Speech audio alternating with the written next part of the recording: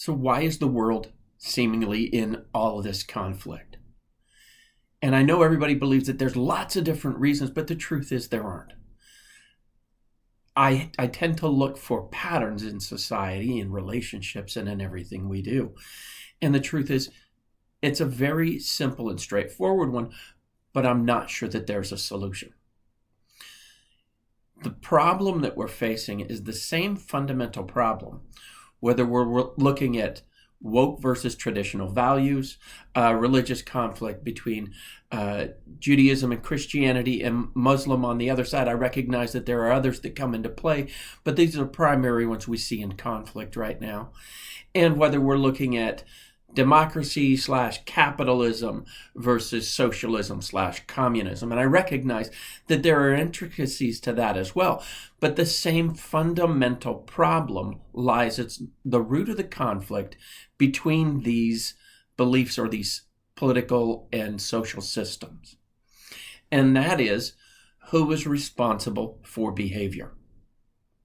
One side says it is the individual. The individual not only has the rights, but the responsibility for behavior.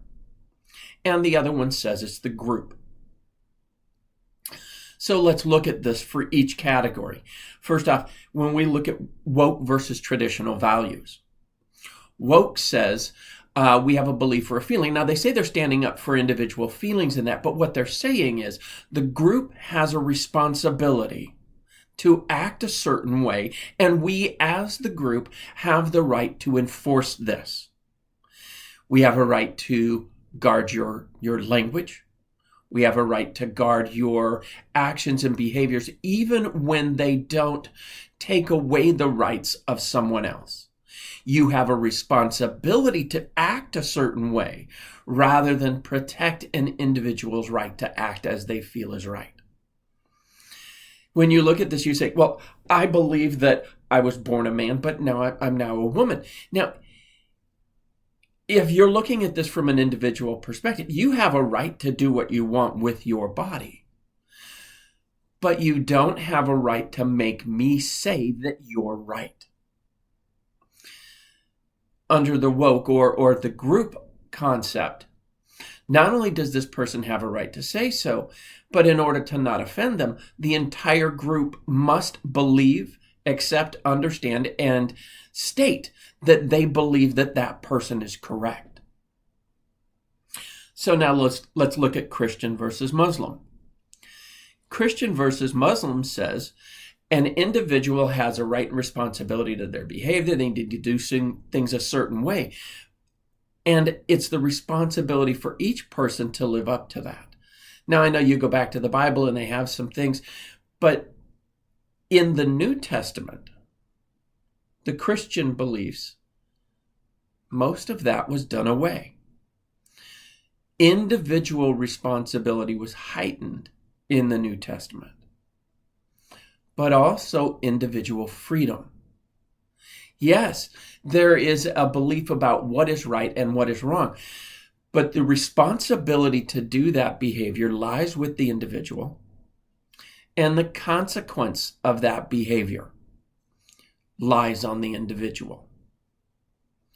Now, I recognize that Judaism, the Old Testament, and that had a lot more of this group belief system built in. But modern day Judaism does not push that. What they're saying is they look a lot more to individual responsibility. And that's why there's now this divide and this conflict between these two sides.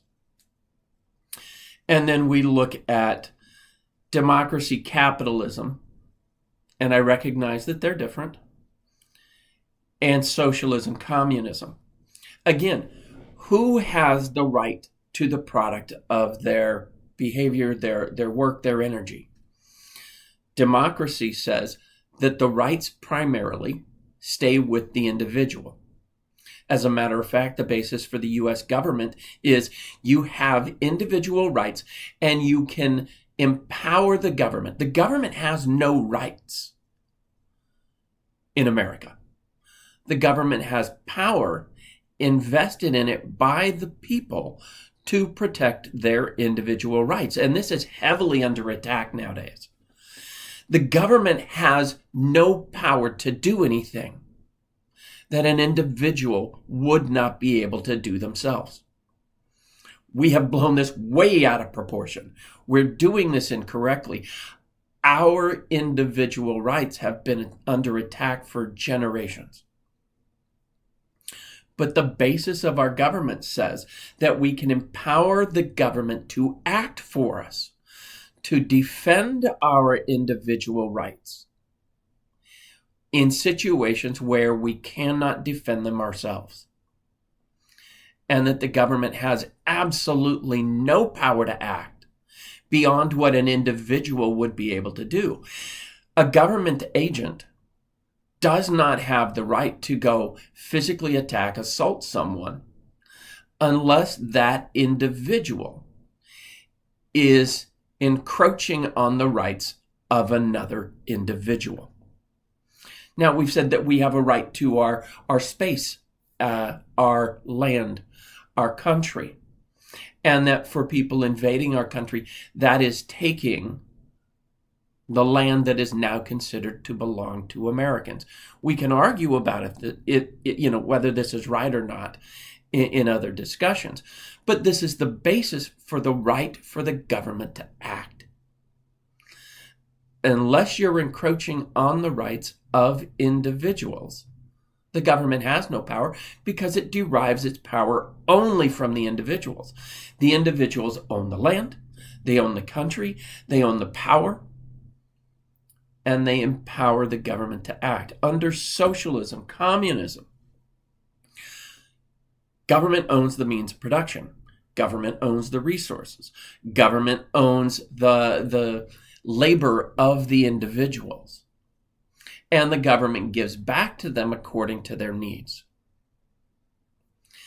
These are fundamental differences. And here's the problem. I said it's simple.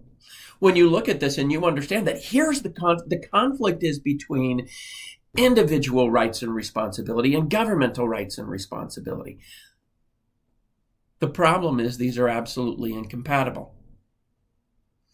Now, you can have neighbors who have differing beliefs and they can work this out and come to an understanding. But you cannot have competing governmental or legal systems that hold these two opposing views. Under individual systems, the power to create change, unless you're specifically taking away the rights of another, is persuasion, conversation, communication. When the power, the rights, and the responsibility for appropriate behavior belongs to the group, force, control, coercion. Now, this isn't an insult, and I'm not saying that these are terrible people. It's only terrible if you believe that the individual has these rights. If you believe that the group has the rights and the responsibility, if I don't make you behave and you do something wrong, it's my fault. I must make you do the right thing, or I'm bad. I'm wrong. I'm evil.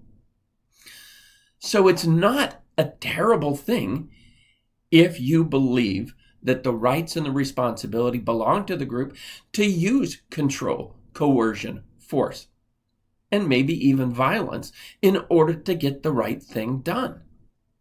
As a matter of fact, if you don't, you are the problem.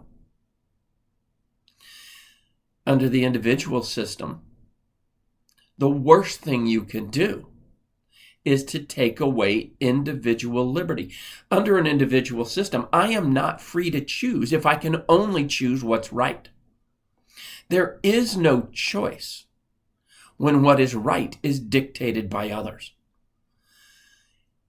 Under the individual system, the willingness and the responsibility to fight and even to die if necessary to protect those individual freedoms is the responsibility of everyone within that system. So you have one group that says the only thing we fight for is individual freedom, the right to choose, even if we're wrong. The other group says the only thing we fight for is what's right, even if you lose individual freedom. Your right to choose is a threat to the society. These are absolutely incompatible. They cannot live in the same environment. You may be able to have them in two different countries. One country has one philosophy, one country has the other, and they can negotiate and choose to coexist by not mixing with each other. But the moment you mix them, you have an insoluble dilemma, one in which they must fight each other in order to be good and wholesome people. This is a conflict that we need to accept the reality of. Now remember, I'm not coming at this from a political perspective. I'm a clinician. My job is not to tell you what's right. I have personal beliefs and ideas and values. My job is to help understand the reality so that you can make decisions based on the reality that we share. In this situation right now, the world is not accepting the reality of the reason for and the necessity of this conflict with these two belief models. If we don't accept the reality, there is no solution, only eternal conflict. So which are we going to do? Are we going to accept reality and find a way to separate this so that we can live in this world together? Or are we going to continually try to push these two models together, which cannot coexist, and continue fighting, hurting, and killing each other?